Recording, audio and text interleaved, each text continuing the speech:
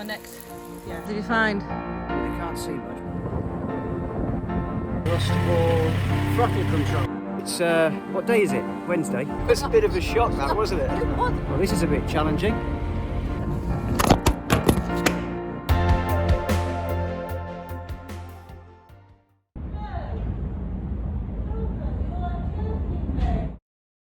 It's a bit like Smith & Jones, isn't it? It is. So this is a bit of an experiment because we haven't done this before. Face to camera, the two of us together. No. But anyway, episode 21, we felt that because a lot of stuff happened before we even got to Decize, there's some explanation required. Yeah. But before I go into that, I think it's important to remember that we are doing this from an amateur point of view. Definitely. So when we bought the boat, we really didn't have an idea of doing anything like YouTube or anything like that. However, it's amazing and it's a miracle that people are actually watching what we're doing, and it's quite interesting to get the feedback. We want to have comments coming back, and if you haven't subscribed, hit the bell button and also hit the like button as well, because it's really good to get that feedback for what we're doing. But thank you for watching, and please stick with us. Yeah. So when we left Portsmouth, what happened? We got to, no, not left Portsmouth. When we left... When we arrived in Portsmouth at the end of episode 20, Yeah, somebody dropped their phone. me. Mm-hmm. Right, yeah. Yeah. It was I was unbelievable. filming the fact that we were coming off. And Yeah. this, again, remember, this is just us filming for ourselves. Yeah. The phone dropped, and miraculously it landed face up, still recording, with my little head peering over the balcony, over the balustrade, looking down thinking, oh my word, what's happened? There's all my worldly goods on there, there's all the filming on there, there's credit cards, there's all, it was just a nightmare. Yeah. Anyway, you'll see in this episode 21 that the phone was retrieved, Mm-hmm. and it was fantastic. It was absolutely, completely intact.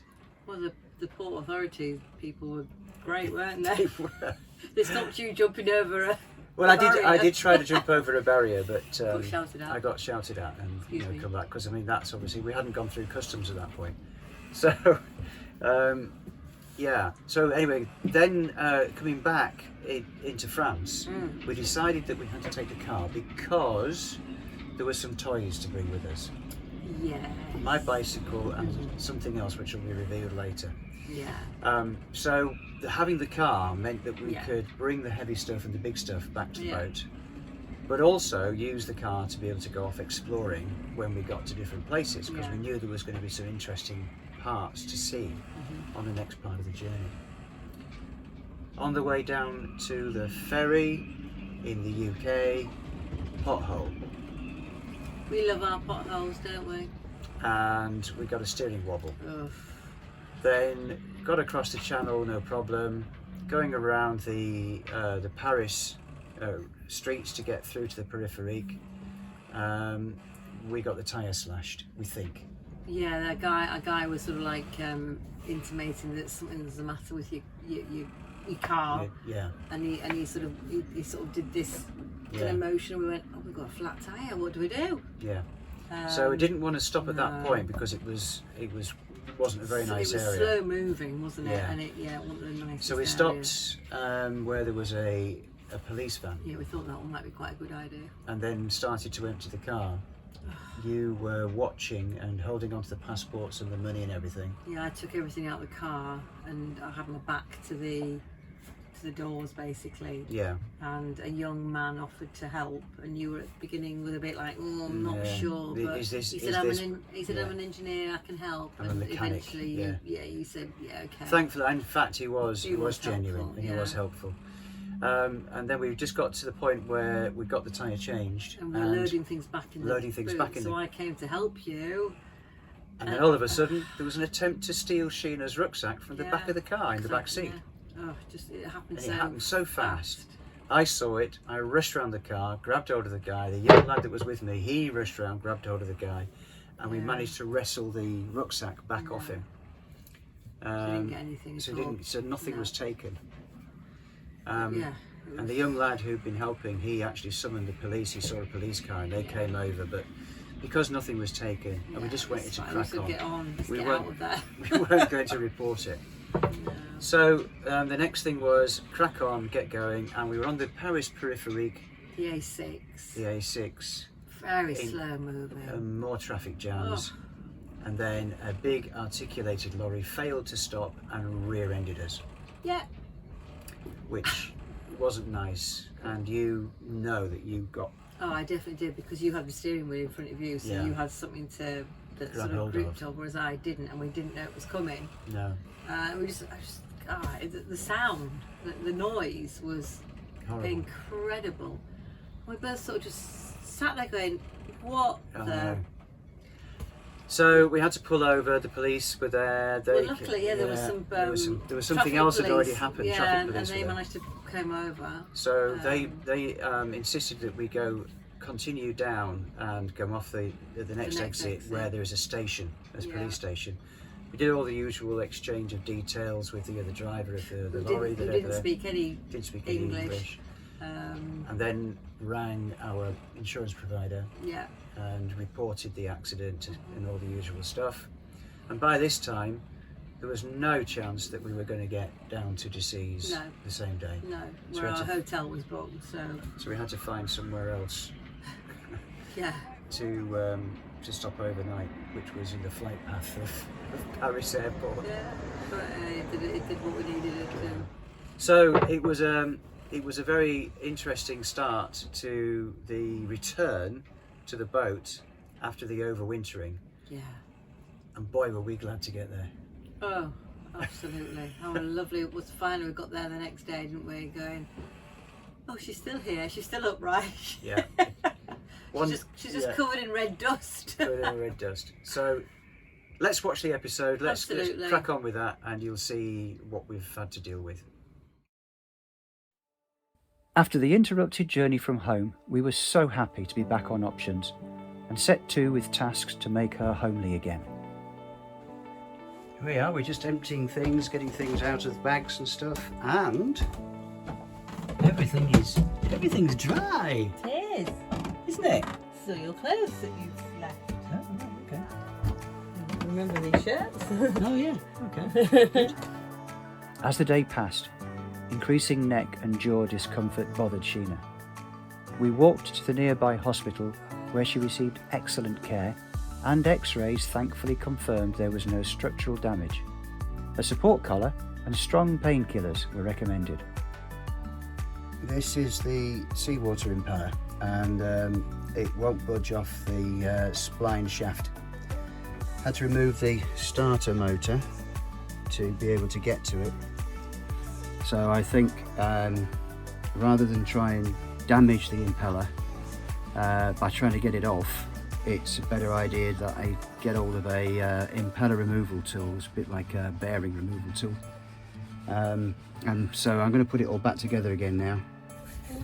Meanwhile, upstairs, goodness me, that looks a lot better, Sheenagh. You stiff?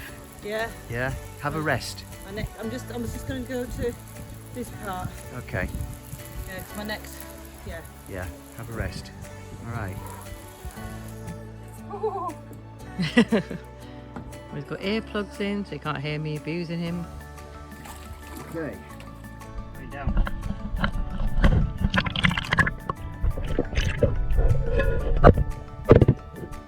Just trying to check the depth sound. The log, because sometimes it's not working. Looks like a little seal. So what did you find? Well, you can't see much because it's really murky, and also the weeds growing from the bed of the marina quite high. So you don't know what's down below you. You don't know how deep they are. Yeah. And they're getting wrapped around your legs. Oh, really? Yeah. So as you're kicking around, you're getting reeds. Yeah. And, not reeds, but weed. But both our rudder and Rudder and propeller completely clear. And Gaynor and George's George boat. and Gaynor's rudder is clear, and also the propeller is clear as well. Excellent. So there's no problems there. Excellent. So do you need to be doused in water now? Yes, please. Okay. It's the 2nd of May, beautiful day, and we're about to say goodbye to Coral. There she is, and our boat, the options, is all washed. Trusty cycle on the deck, clean, clean, clean, and inside there's the shipmate. Hello, yeah. Shipmate. Hello. Hiya. I might have to take my collar off though. You're going to? Why? Because it's difficult to move. Is it? Yeah. But, okay. Do you think you need it on? Okay. All right. So we are leaving Decize. From the marina in Decize, there's an automatic lock to enter the Canal lateral à la Loire. And we're off again. I'm going to go and do the lock, so au revoir. We secured my bike on deck to be used for collecting the car at strategic stops on our way south. Under control.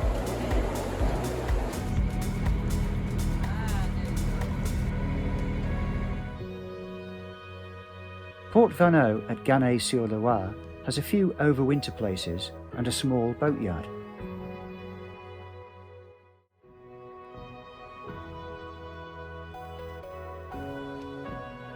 We left the free mooring at 10 AM for the first of 6 locks to due.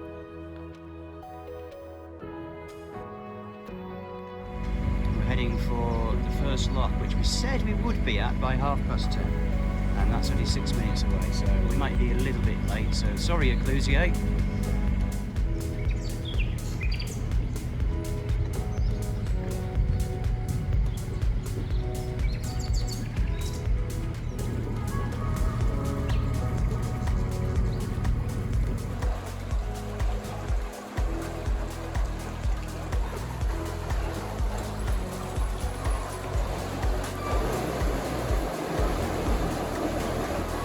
Going up really quick.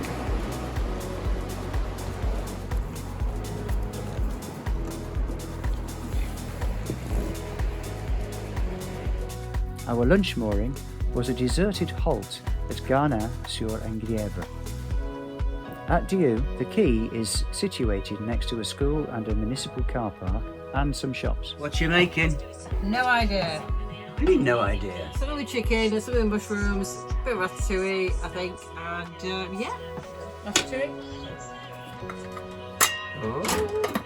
It's yet another free mooring spot with water. Where's that from? The supermarket. Yeah, said it was. It's from France.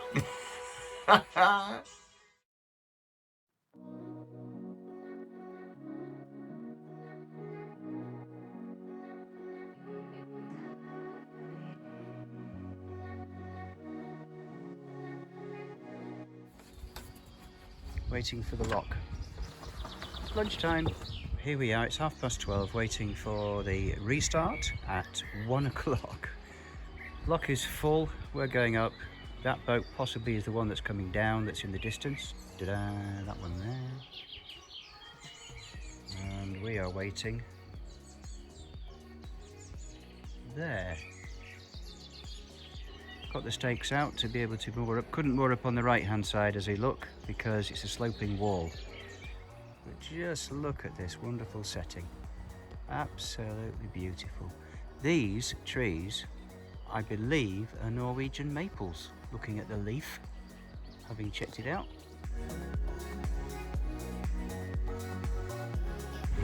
So this is a bit of a challenge, isn't it? All this weed, all of that stuff getting stuck in your propeller. That just stops your progress completely, is that stuff. Écluse number 1 on the Canal lateral de Loire. Here we go. Here it comes. So we are now going over an aqueduct over La Loire into DIGOIN, and there's Ville de DIGOIN, French Canal. Looks quite low, doesn't it?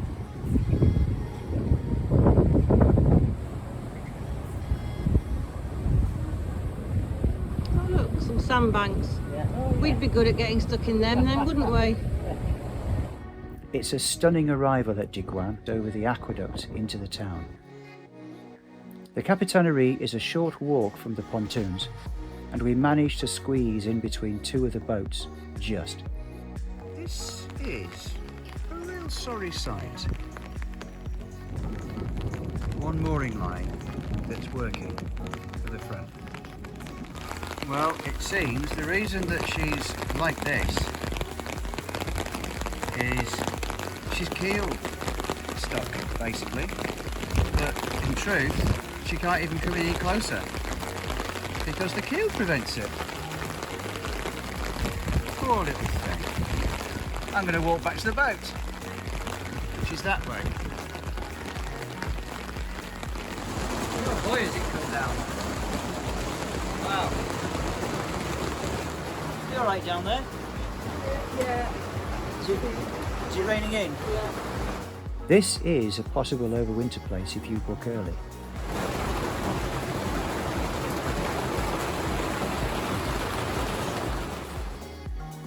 So we've had one night here, and the Intrepid Explorer is preparing to go and collect the car from Decize. Sheenagh stayed in DIGOIN to do laundry, cleaning and admin, while I embarked on the first car collection ride, which proved to be very hard work against a headwind along a 70-kilometre route. Really, apart from the abbey over there, a farm over there, and a long road into the distance, there's not a lot else on the road to Decize following the cycle track. This breeze is absolutely relentless. It's just in your face all the way. Only about 12 miles to go, so that's okay, less than an hour that way.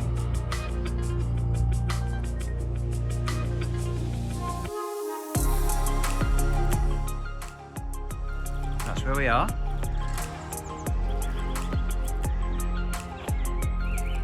This is Palais de Congrès and the casino.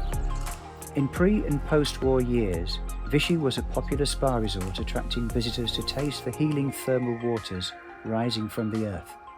But it has experienced horrible history.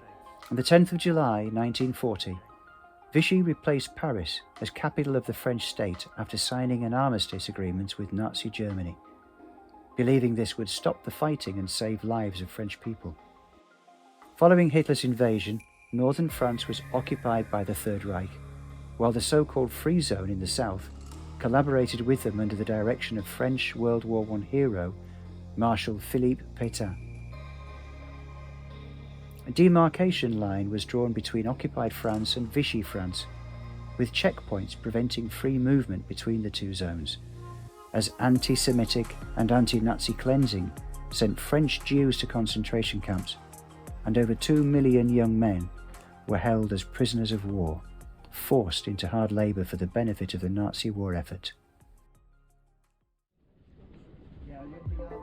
Leaving the mooring at DIGOIN squeezed between the two of the boats tested our handling skills, but we managed it without mishap, making way on a short hop to Paris-les-Monnayals through only 3 locks, which Sheenagh climbed up to take mooring lines.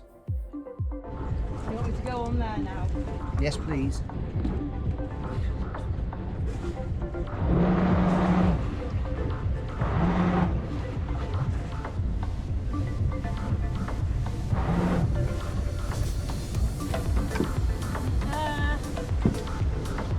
Okay, got it. That's good. Okay? Yep.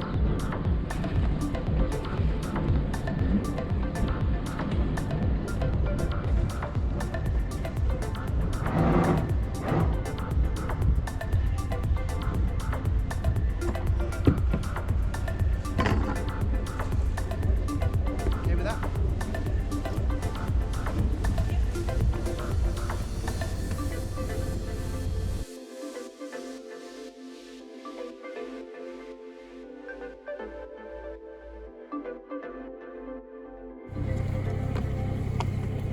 Just so I can look back and learn how to do it properly. Yeah. So this is a bowling. Bowline. Bowline. Bowline, that's what it is. Bowline. Yeah, bowline. This is so I can attach safely to lock mooring.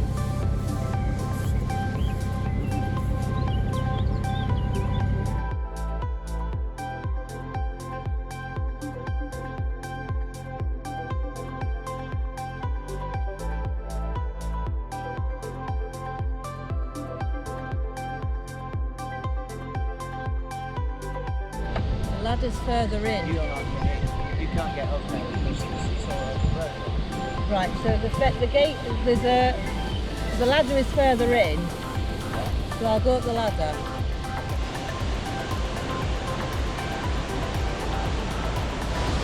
Slow it down for me.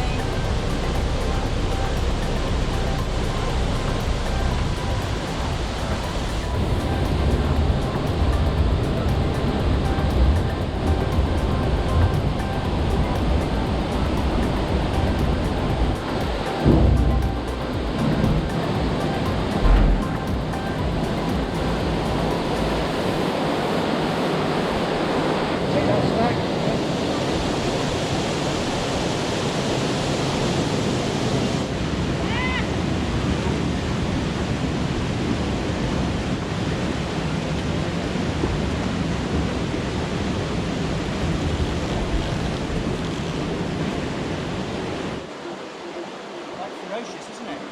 That was, yeah.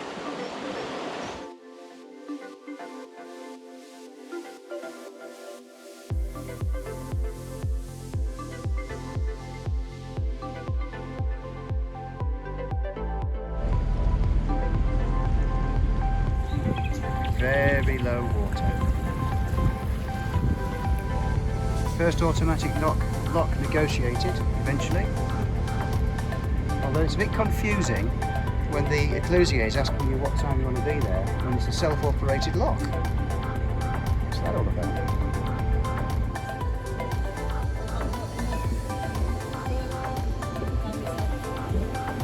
Haven't you? Yay! Paray was originally a small unnoticed settlement until the establishment of a Benedictine priory in AD 973. The basilica and the Hotel de Ville are the main attractions. Very good. Want to wee now? Continuing up and now heading nearly due north along the Canal du CENTRE, 8 locks stand between Paray and Generalard. Going up. Very gentle.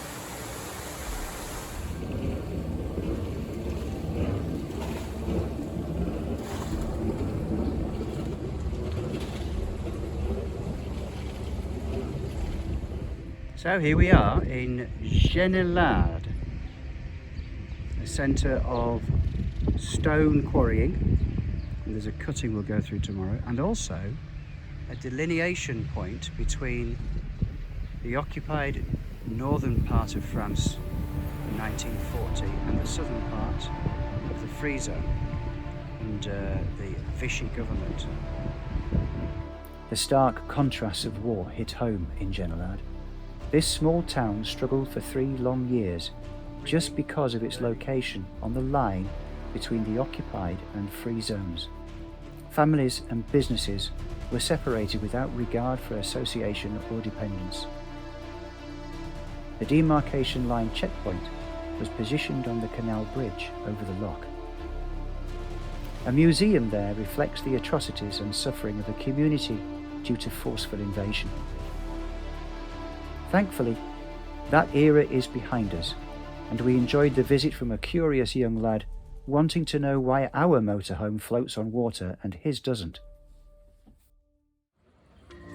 So good morning, Monday the 9th of May. We're just leaving our moorings and I am going to go and set the lock. So I better hurry, otherwise they'll be there before me. Look, darling, do you want to come and take over? Oh, Okay. Please. Oh, green light.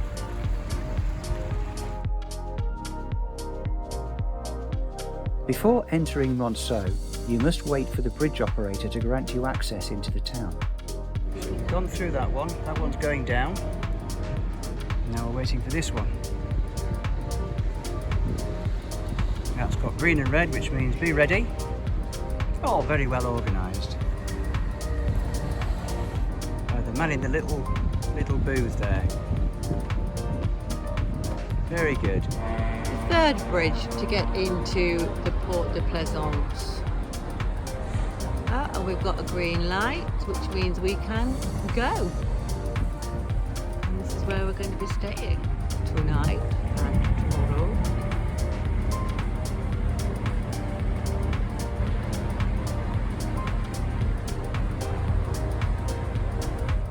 The marina facilities were good and the location is excellent for shops, bars and restaurants. We stayed for 2 nights, allowing me a cycle ride back to DIGOIN to collect the car, where I enjoyed a coffee with other cyclists in the Irish bar run by Florence and Marek, just before driving back to the boat.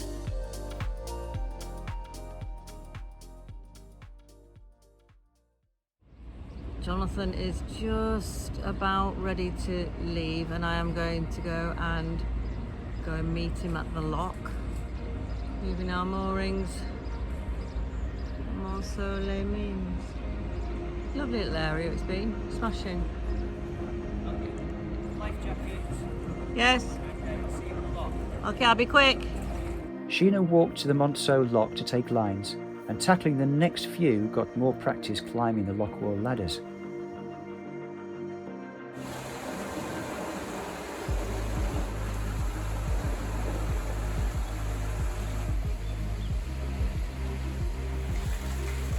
There's a lot of weed down there. There it goes.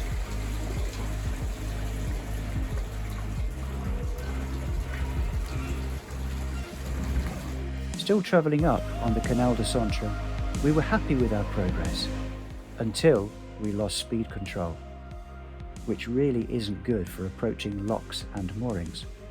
So, we've got a bit of a problem.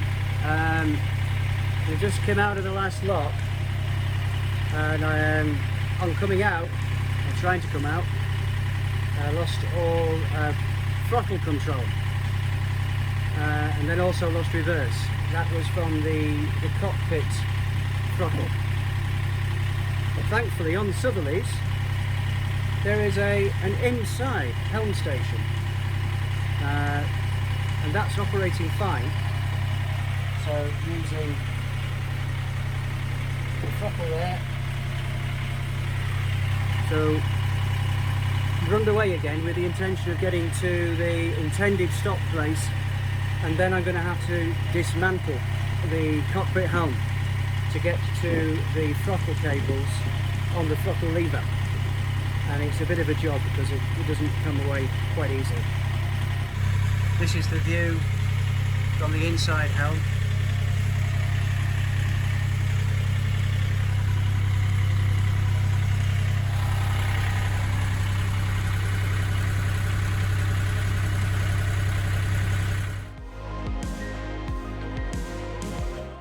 Having reached the top of the canal at 300 metres above sea level, now without throttle control from the cockpit, we moored up for the night at the free V&F halt to gather our thoughts and consider the next move.